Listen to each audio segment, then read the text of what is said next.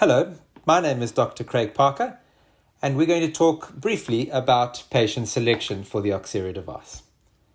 The OxERA device is intended for adult patients, especially those in the PEEP-responsive phase of COVID-19 pneumonia.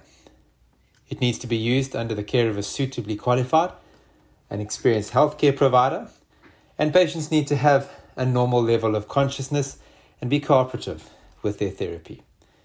Patients also need to be able to tolerate the snug-fitting mask, and the OxERA is particularly useful where only low-flow oxygen sources are available or where oxygen supplies are constrained. The OxERA is not intended for management of patients with impaired levels of consciousness or in patients who are actively vomiting.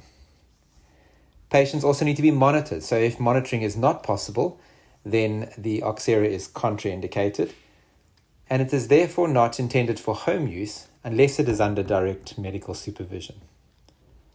It also needs to not be used in environments where extended periods without oxygen supply are possible, or where a pneumothorax or bullous lung disease exists and an ICD has not been placed to manage the pneumothorax.